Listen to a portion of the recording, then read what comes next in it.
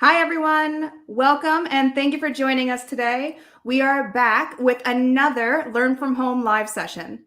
My name is Rose, and I am the Marketing and PR Coordinator here at Ocean Sonics, and I'm joined today by a familiar face to many in our Atlantic Canada Ocean Tech community, Kyle Burton.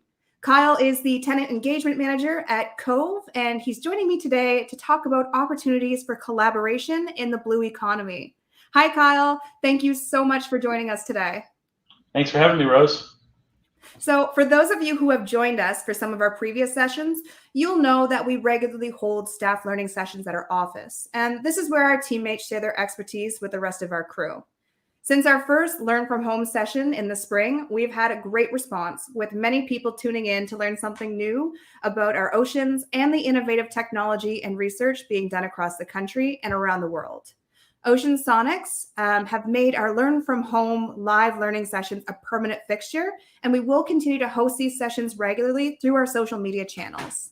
These live learning opportunities feature different experts from various fields in ocean research and industry, all with a focus on ocean acoustics and technology. So keep your eyes on our social media channels where we will share all the details such as upcoming topics and sessions. And if you've missed any of our previous sessions, you can find them all online. We record all of the live sessions and they live on our YouTube channel and Facebook page, so you can visit or revisit anytime you'd like. We're also going to record today's session and it will be shared, so don't worry if you missed something or if you'd like to watch it again. For everyone who's joining us that is unfamiliar with Ocean Sonics, we're an ocean acoustics company and we're based on the east coast of Canada in Truro, Nova Scotia. So we recreated the IC Listen, and this is a real-time smart hydrophone. It's a tool that's used to collect ocean sound data, and what makes it special is that this hydrophone processes data at the source in real time so you can actively listen and view data while it's deployed. So today we're branching out a little bit from ocean acoustics and taking a broader view of the Atlantic Canadian ocean tech industry as a whole. Kyle has had his finger on the pulse of all things ocean tech for many years now. He began with MetOcean Telematics as their sales and marketing coordinator, then transitioned into the role of program coordinator for the startup yard at COVE, and this was with Corp. And now he's the tenant engagement manager at COVE. All while, of course, keeping a side hustle as an award-winning photographer. If you have the opportunity to check out some of Kyle's online photographs, I highly recommend it. They are beautiful. So Kyle has a deep knowledge of our ocean tech industry on Canada's East Coast as well as worldwide. And I can't think of anybody more knowledgeable to talk about the blue economy and emerging trends in ocean technology. So again, thank you so much for joining us today, Kyle. Well, thanks again for having me, Rose. It's great to chat more and share a little bit of knowledge about kind of the larger blue economy and some of the opportunities that exist to collaborate with kind of other industry leaders across the sector. So really appreciate it. Fantastic. So if anybody has questions after Kyle finishes his presentation, we will have a live Q&A session. So if you want to know some more detail about what we covered today, you can just leave a comment on any of our live stream channels, and we will do our best to answer it after the presentation. So I'm just going to share Kyle's screen here, and Kyle, you can take it away. Awesome. So there we go. Yeah, the title for today's presentation, again, opportunities for collaboration in the blue economy. So looking at how companies and leaders across the sector can work together to build new products or work on cool projects together. So yeah, as Rose mentioned, my name's Kyle Burton. My title here at COVE is the Tenant Engagement Manager. I've been here now just a little over a year and at the Center for Ocean Ventures and Entrepreneurship, better known as COVE. So moving on to the next slide here. For those who are not familiar with COVE, we have this beautiful facility on the Dartmouth waterfront, and it used to be formerly a Coast Guard base for the Canadian Coast Guard. And it's a place where new ideas are developed and brought to market. As Rose mentioned, I was previously with the startup side of things, so we have an incubator here as well, where startups can kind of be inspired, encouraged, and they can also connect with some of those more experienced leaders within the ocean sector as well. And vice versa, those experienced leaders can kind of learn some of that innovative thinking that startups and entrepreneurs bring to the fold. So COVE as a whole is a tech business hub focused on ocean technology. And collaboration is key to our mandate. across all sectors, across all regions, connecting local opportunities with international projects, companies, right across the ocean industry, a wide breadth of reach and a wide breadth of knowledge as well. So we focus mainly on kind of 5 sectors, kind of large markets, including defense and security. We have a large fishing community here in Nova Scotia, so fisheries and aquaculture is an increasingly bigger piece of our mandate. Marine transportation, offshore wind, you see there, projects, lots of focus on energy from the ocean, and then marine tourism as well. And those kind of key sectors lead into our mission, which again is focused on collaboration, but how do we maximize the footprint, the physical infrastructure that we have here at COVE. We have world-class facilities here that has attracted companies from all over the world. And then building networks is, as I mentioned, and we'll talk a little bit more about today, very important piece of our puzzle. We also look at promoting careers in ocean technology and helping spur new entrepreneurs to create companies. And then finally, acting as a catalyst to support these new technologies, finding them customers, finding them other collaborators around the world is a big piece of our play as well. And I think, Rose, that a big piece we really have to focus on today is what is collaboration, because I think across the board, a lot of people have different views of what collaboration is. Some people may look at it more transactional, where you have a buyer and a seller, and they're collaborating maybe on a new product. And on a larger scale, we look at how can we find partners, form partnerships, and help companies kind of fill in gaps. For instance, if there's an opportunity with a partner in the USA, and they have a bunch of people together, a bunch of companies together on a project, but they only have 90% of kind of the capabilities that they need. Perhaps a Canadian company could help fill the other 10% of that void. And how can you pull all these strings together and do some really cool stuff in the ocean? So collaboration for us is very much on the partnership side, and looking at how we can solve really big, complex issues together, and leaning on the expertise and the knowledge that others may have. And I kind of pulled together these the 5 C's of collaboration, looking at the collisions that might happen. So a collision would be 2 groups or more coming together just by happenstance, or it could be at a networking event. And trading ideas back and forth. Hey, we have this problem. Oh, we can solve it with this. Those type of collisions, those type of interactions are very common at COVE, because we do have a lot of opportunities to kind of force those collisions to happen, A, either through the shared office space, or B, just at a larger scale of knowing what's out there, what's going on, and which kind of leads into the next point of connection. So what we try to be is a repository of little tidbits of information that may be useful some other time down the road. So looking at, I guess we could all do this in the ocean industry, is listen to our peers if they have an issue or a problem solving some complex issue. Maybe there's someone we know who can help solve that problem or contribute, collaborate on these solutions. Connecting and putting A and B and C and D together is an important piece for not only the companies that are at COVE, but the larger ocean community, and connecting those opportunities globally as well. Communication is a huge piece of collaboration. So understanding the goals and understanding the direction that each partner wants to go is very important, and is usually the critical piece of a successful collaboration, a successful project.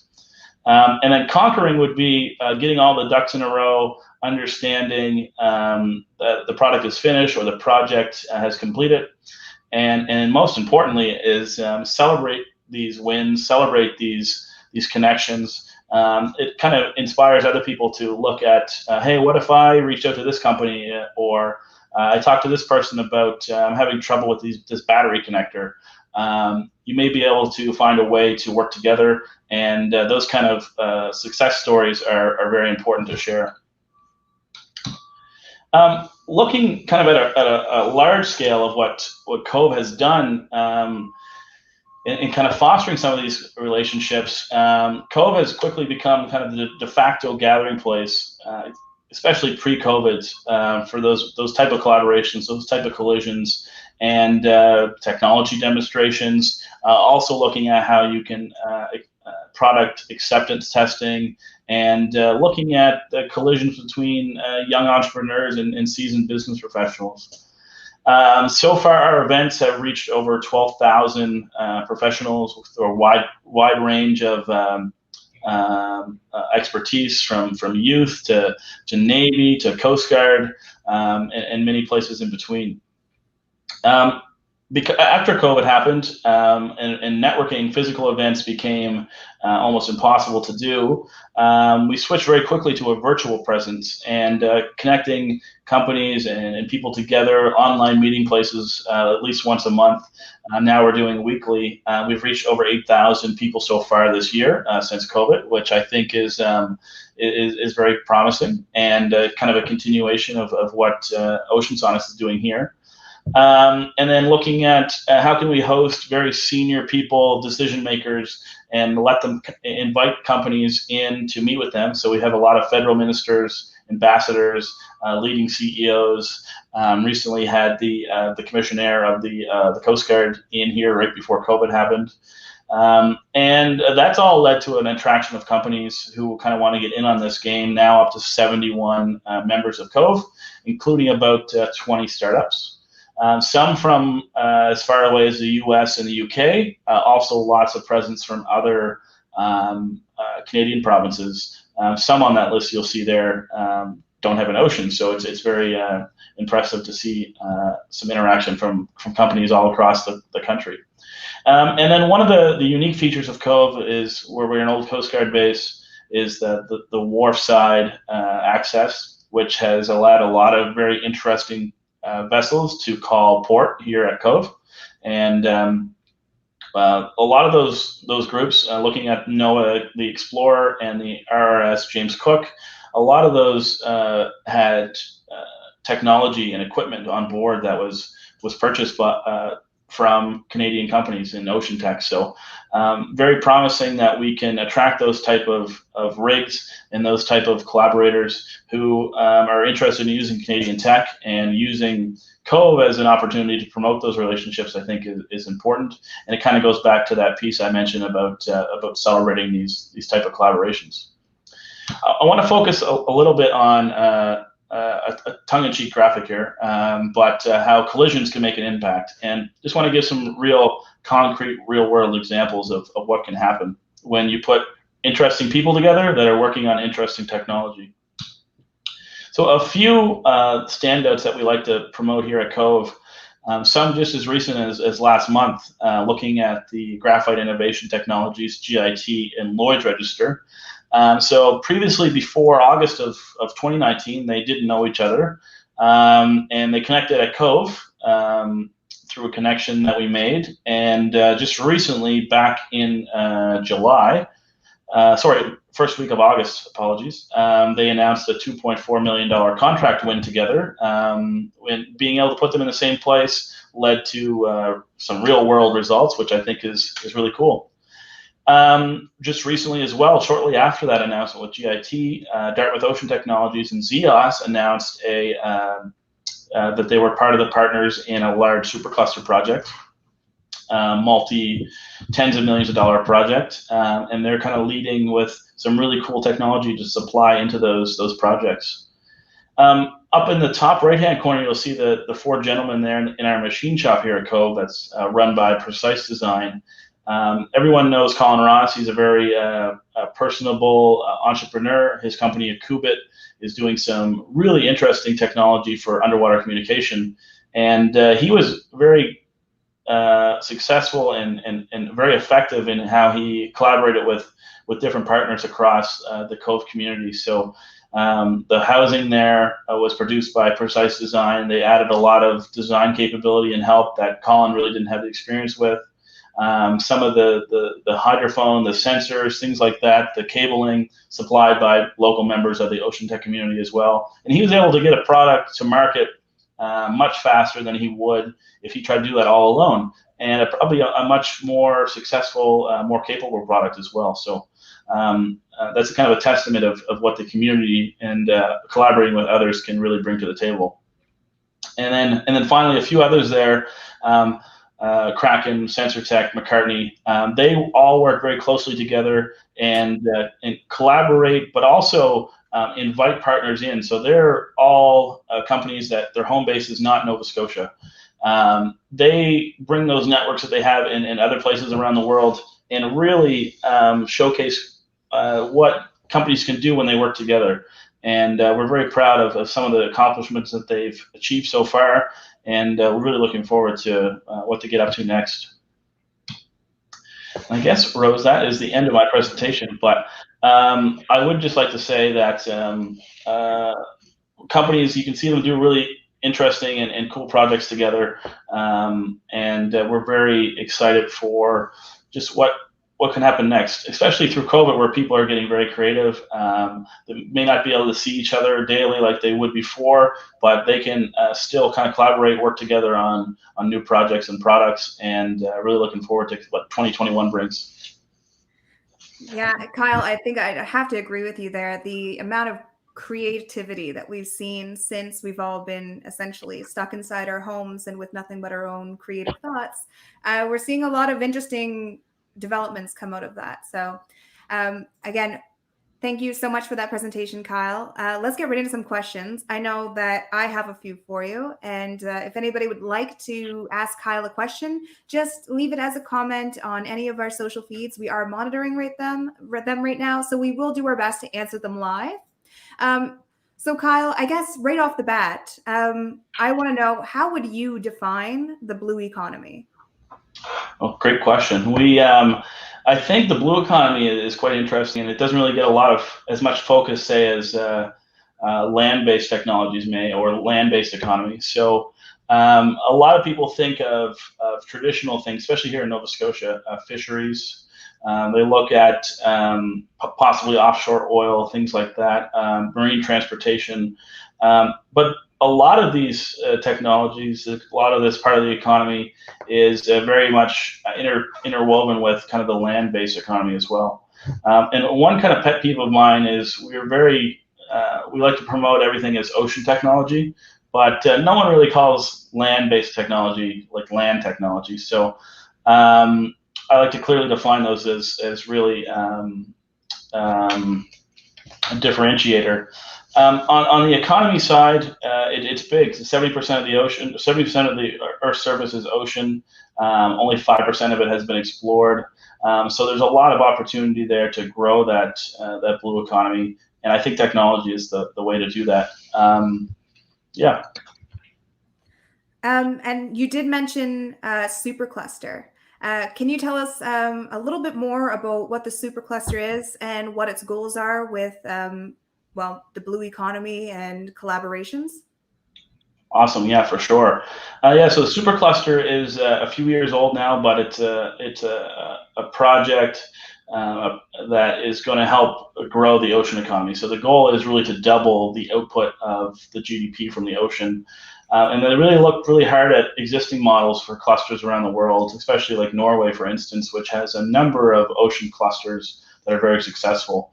And the idea is matching public dollars with private dollars in a partnership, creating a separate entity called the Ocean Supercluster, and then evaluating projects, looking at some game-changing technology and funding those ideas to really make an impact. And the supercluster is time limited. It has a certain time to it, but the idea is you can put the building blocks in place, support these young entrepreneurs, these established companies, and really set the ocean economy up for growth for many years to come. Some of them actually, like Kraken Robotics, for instance, was the first recipient. They've been able to pull in a lot of collaborators and ocean tech companies into that project since it's been announced. So, for instance, like a startup here at COVE, Sedna Technologies, they built a sensor suite for aquaculture and approached Kraken to put that on their AUV. So they were very receptive and open to collaborating with other companies. And I think those type of relationships are very important to to allow that industry to grow, to allow the economy to grow. And collaboration, as I keep harping back onto that point, is key to that growth. I'd absolutely agree. I think collaboration, especially in the type of industry where we exist, as well as the region where we exist, I think is so important. And speaking a little bit more about our region, can you give us a little bit of scope and a little bit of insight into some of the expertise that our homegrown expertise? Because we have so many cool projects, cool companies, and really cutting edge technologies coming out of the East Coast of Canada. Can you give a little insight into some of those? Yeah, absolutely. So one of the big pieces to remember too is a lot of interesting projects and products being built here, but a lot of that is because we have a really good foundation with schools and universities that are focused on ocean applications. So you think Dalhousie and Memorial University out of Newfoundland, probably some of the two leading oceanography groups across not only the Canada, but I would dare to say around the world. And they're churning out really good talent that these companies are attracting and allowing them to make an impact and solve some really big issues. So the technologies that companies are able to produce and export around the world. So a lot of these companies don't sell a lot in Canada. They sell a lot to other places around the world. Ocean Tech is very much an export business. Those type of technologies may range from, I'm just trying to think of some really interesting ones that I could showcase. Obviously, Ocean Sonics, very interesting technology, kind of game changing in the sense of how easy it is to use. But also, we've seen some new companies pop up, like Dartmouth Ocean Technologies, who was on the slide there at the end, have a really interesting eDNA product that they're building, and I think it is quite interesting to kind of characterize what's going on below the surface. A lot of monitoring. So as we need to understand what's happening in the ocean, technology is a big piece of better understanding that. It's a big reason why we've gotten a lot better at tracking hurricanes and understanding like what's going to happen next with those, is because there's a lot of data points and equipment that is constantly monitoring some of those critical waters. I think a lot of things are happening around autonomous solutions. So understanding how you can kind of remove some people from the operations of equipment, especially if you're thinking about like remote monitoring, for instance, where infrastructure in the ocean is going to be put on its highest stress level at sea state 5, but you can't really put a person on a boat or a ship in those conditions because it's quite dangerous. So looking at safety, autonomy, and then also remote monitoring, data collection is increasingly becoming important, communication in real time, and also looking at efficiencies as well. So as marine traffic increases, there's also a lot of more underwater noise, for instance. There's a lot of need to, even if you reduce drag of a ship by 10%, if you do that to every ship on the ocean, it can make a big impact. Yeah, I love that you brought up Dartmouth Ocean Technology in reference to collaboration, because they're actually a key collaborator for Ocean Sonics as well. And it just goes to show how great it can be to make these connections, because working with Dartmouth Ocean Technologies, we've been able to produce a really interesting and effective monitoring system for seismic surveying. So it's been really helpful to have this regional blue economy, if you will, that is so focused on collaboration. But speaking a little bit about regional blue economies, are they, you mentioned that Ocean Tech is an exporting business. So are there different pockets of blue economies around the world? Is it very regional, or is it very much so a global economy? That is a really good question, because there is a lot of regional expertise. If you look at Halifax and kind of the larger Nova Scotia area, we're really good at acoustics and sound and noise, things like that. Probably the best around the world. Other places, if you look at like the west coast of the US, really good at big infrastructure stuff like desalination, where they need to they have no more fresh water to supply people, so they convert ocean water into fresh water. Looking at places around the world, like in Europe, for instance, very proactive on removing plastics from ocean and different technologies like that, especially emerging stuff like that. So yeah, we've really kind of leaning on those key areas around the world to, it kind of comes back to the connection piece I mentioned when I was talking about collaboration, because it doesn't make any sense to try to reinvent the wheel, especially such a global economy that the blue economy is. If you can lean on those areas of expertise to help fill some gaps in your area that may exist, I think that's where those really interesting partnerships would happen. And I think that's kind of key to the success of the larger global economy is kind of meshing those networks together and kind of having an ear to the ground across the world on some of those opportunities. Actually, speaking of regional expertise, we have a question from one of our regional experts in Newfoundland, Ashley Noseworthy, who is the CEO of Edgewise Environmental, who actually works with seismic surveying. So it kind of seems to be one of those collaborative things that we come back to today. Ashley wants to know, what do you think is the biggest hurdle facing the blue economy right now, and how might we overcome this? That is very interesting, because I've been thinking about this a little bit. COVE is hosting a new series online, and we're doing it again on September 16th called Changing Tides. And looking at the piece around diversity in oceans is it's not a very diverse collective group of people. A lot of voices are kind of missing from the table. So we've started this series looking at different areas across the diversity spectrum. We have a really great panel with some 5 female leaders in oceans on September 16th, really encouraging people to watch that.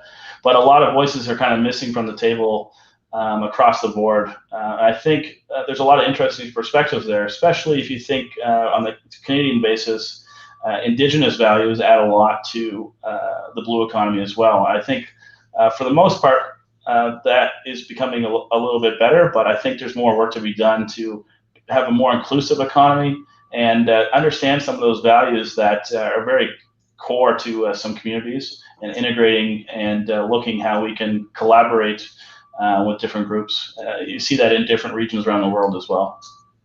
That's very true. So what kind of programming, you mentioned, providing a voice and a place at the table for some of these marginalized or less heard voices, but what type of programming beyond that can be implemented to help connect these blue economies, not even just in Nova Scotia and Atlantic Canada, but to the rest of Canada and the world? I think a big piece of these programs and different things is programs may exist to help entrepreneurs, but maybe the right groups of people aren't thinking that they could start a business, or the task may be too daunting. So I think there's an educational piece of entrepreneurship in oceans is very interesting. There's lots of programs out there right now to support a new entrepreneur. Could be, say, if you're a university grad and you have a really interesting technology you've built during your master's or PhD, you solved some type of issue. You could spin that out of university into a company and make a big impact. And there's lots of programs there to help support that. So I think that the big piece is promoting those programs, getting the word out to the right people to ensure that they feel like they're included in that discussion and in that conversation, and working to and pull in these people who think they may make an impact. And I think those are the people that the blue economy needs, is impactful thinkers.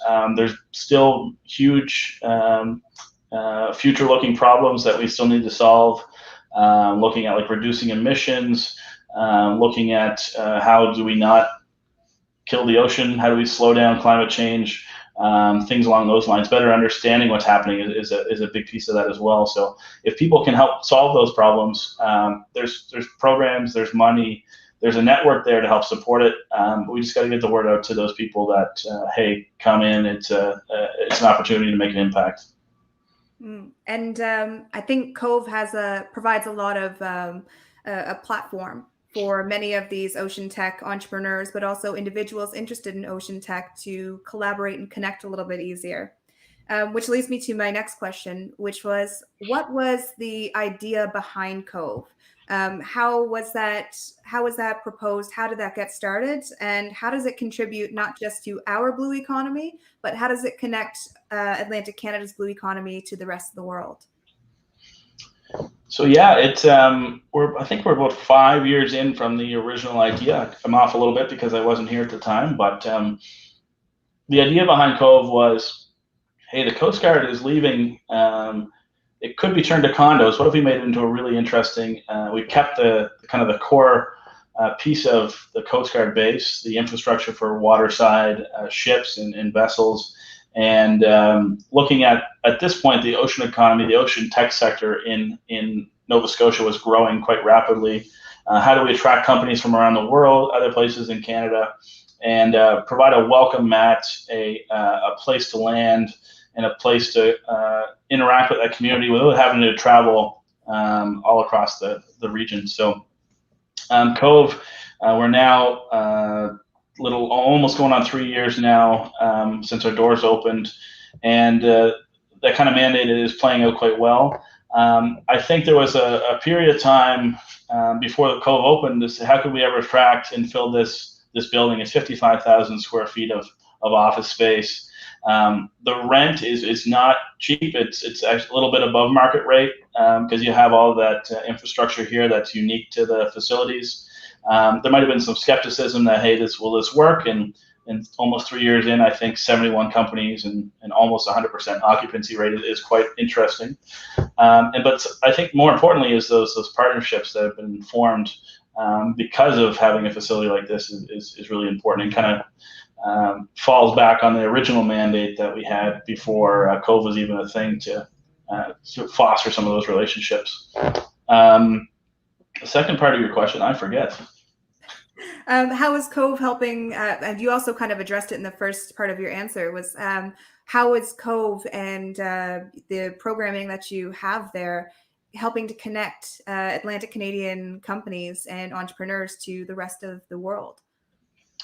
Great question. So yeah, following up on that, kind of going back to what I said about realizing that there's gaps in different regions around the world, COVE has a kind of unique hat to wear because we are kind of representing those 71 companies wherever we go. So the idea is, if we're talking to someone in South America, for instance, we kind of have in our back pocket 4 or 5 companies that may be able to fit what solution they have. So we're actively out there looking to find partnerships, even if like a formal agreement with a region around the world would be interesting as well.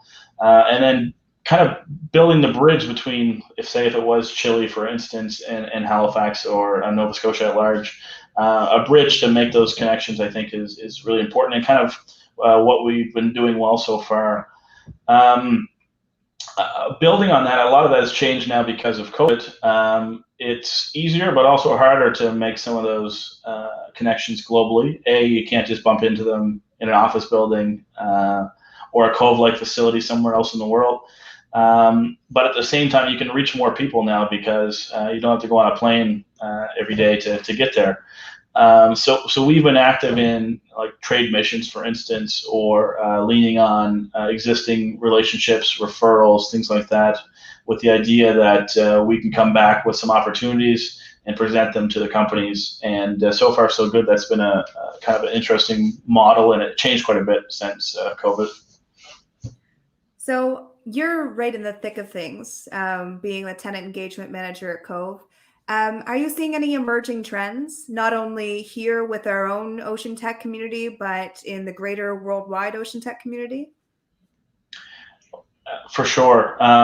Big thing is a lot of these technologies right across the board are traditionally were designed by a very smart engineer, but also required a very smart engineer to operate that product.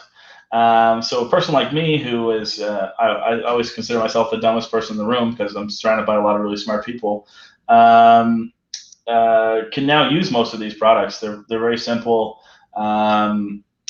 very straightforward to use. And I think that has allowed a lot of companies to kind of get out of that traditional science market where people are very smart and can understand how to use the products, to more industry-driven solutions that allow these products to scale. They can sell, instead of selling 1 or 2 units at a time, they can sell hundreds and so on and so forth, which has allowed a lot of companies to grow within the region.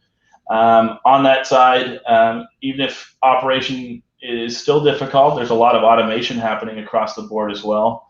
So looking at, you tell what data you want it to collect, and it will figure it all out for you and send you back a very nice visual or report at the end, I think is quite impressive.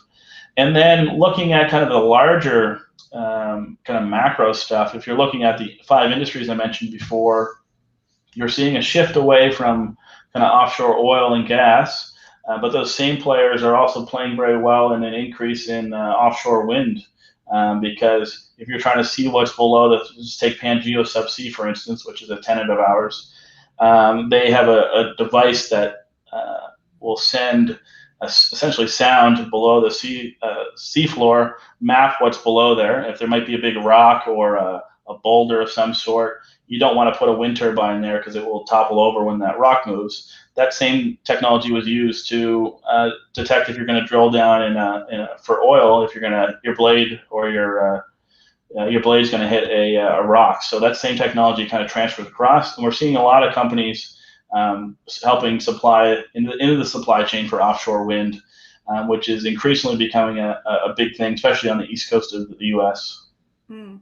And it's so great to see some of that technology that has existed for so long being able to transition into a more modern purpose. And renewables are such a hot topic these days that I'm really pleased to see that there's some success with our East Coast Ocean Tech community in delivering some of those services.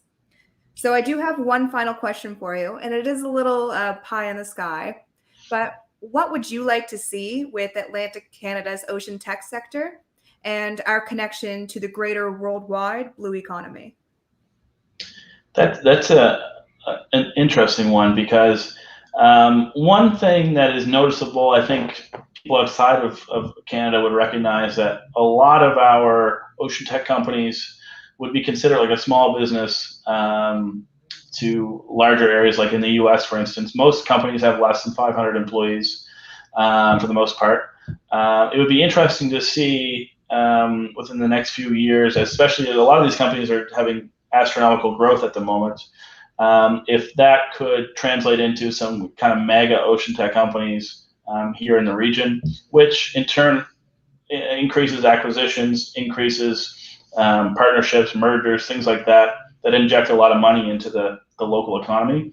And I think that will lead to more startups, that will lead to more people starting companies, and I think that's only good for the region. We do, as much as we are really good at ocean technology and the entrepreneurship programs are there, there's still the bottom up, the number of startups is still lower than I think it should be. And I think if we pull out more of these really cool ideas from university and colleges, find those international partners to bring them here to Nova Scotia, which is happening right now, I think all of that in 5 to 10 years is going to be a really strong ecosystem, stronger than it is now, which is kind of hard to believe, but I think it can get there. And really branding Halifax, and not only Halifax, Nova Scotia, Canada, as the place to do ocean tech, I think is kind of key to our future growth. Fantastic. Well, we'll have to keep our ear to the ground and see what develops over the coming years. Those are all the questions that we have for now. And again, thank you so much for joining us today, Kyle. If you had a question that you didn't get to ask, or if there's a topic that you'd like to see covered during our web series, please feel free to contact me by sending Ocean Sonics a message, or you can always drop us a line on our social media channels. If you want to connect with Kyle personally, he is on Twitter and Instagram as Ocean Tech Kyle. And you can find COVE on Twitter as well at COVE_Ocean, and on Facebook and LinkedIn as Center for Ocean Ventures and Entrepreneurship. If you'd like to revisit this presentation, it will be available on YouTube and Facebook, and I'll share the link through the Ocean Sonics social media accounts. Thank you so much, everyone, for joining us today. And hopefully we'll see you on September 17th for a live session all about hydrophones and AUVs. We'll see you then.